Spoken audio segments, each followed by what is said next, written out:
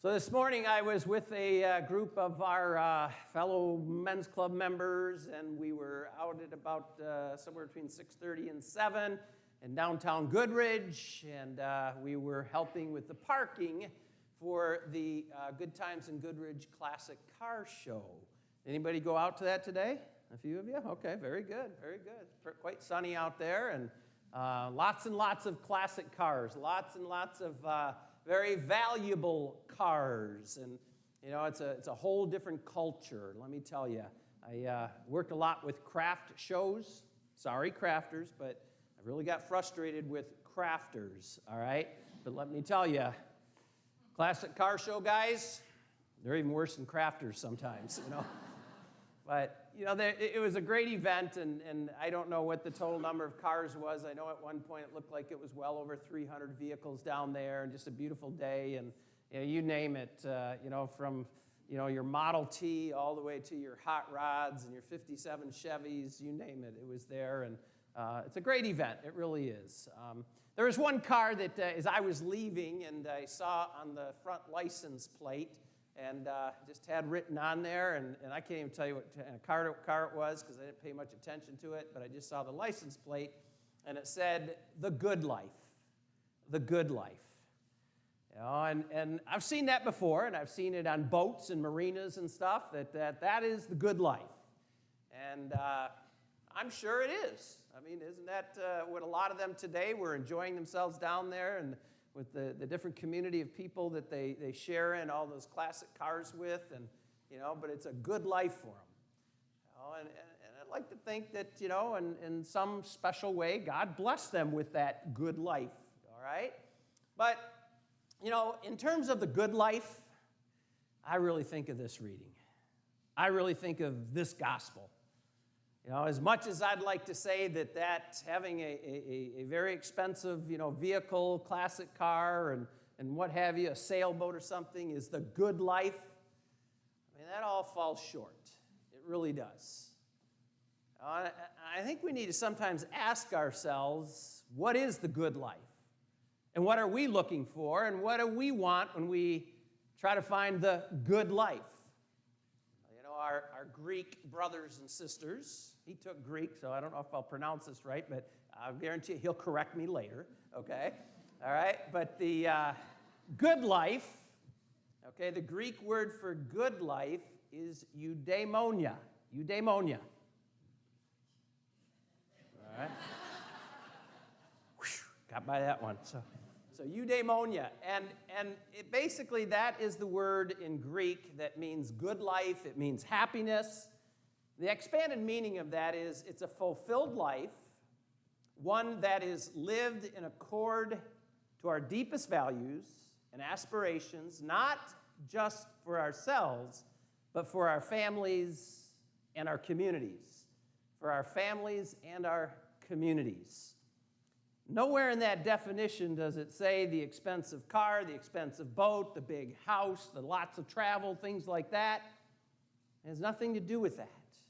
You know, our Greek brothers and sisters, that Greek culture, I think they had a real grasp and an understanding, you know, of what the pursuit of happiness was truly all about.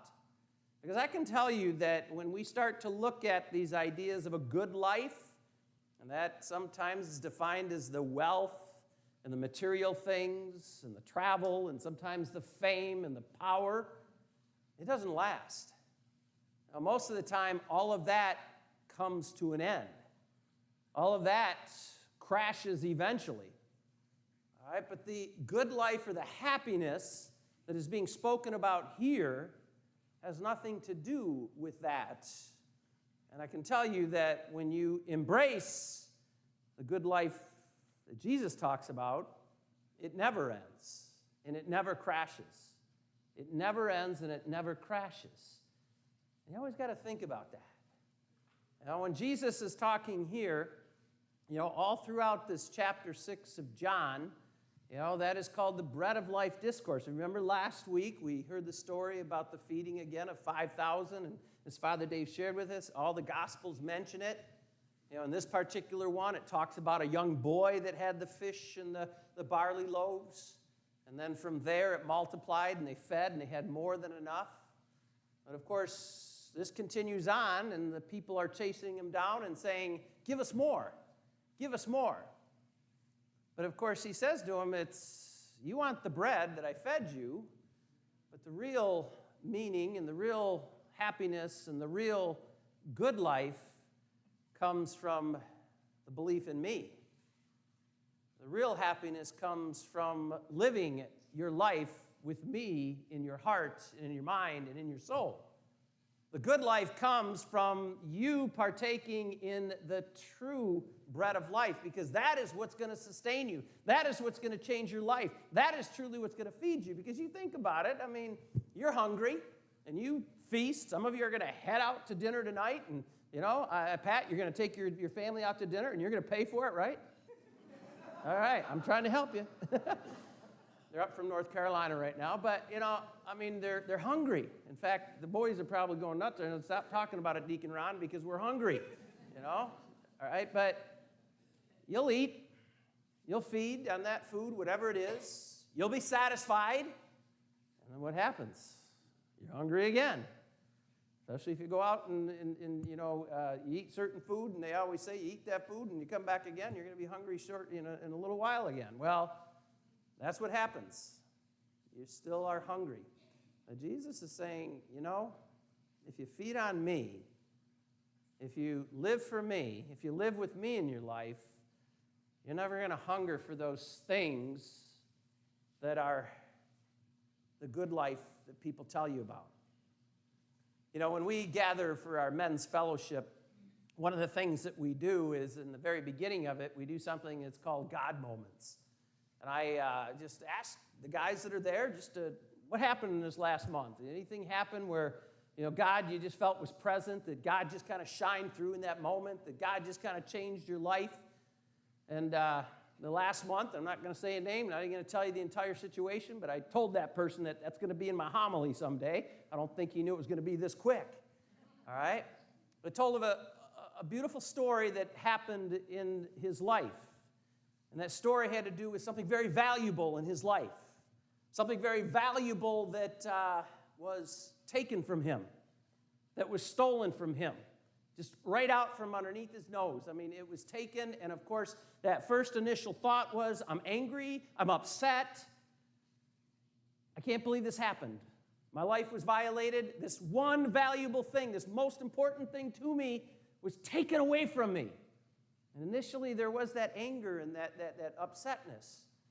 But then all of a sudden, he talked about how he kind of stepped back, and he thought, my family wasn't hurt in this situation. I wasn't hurt in this situation.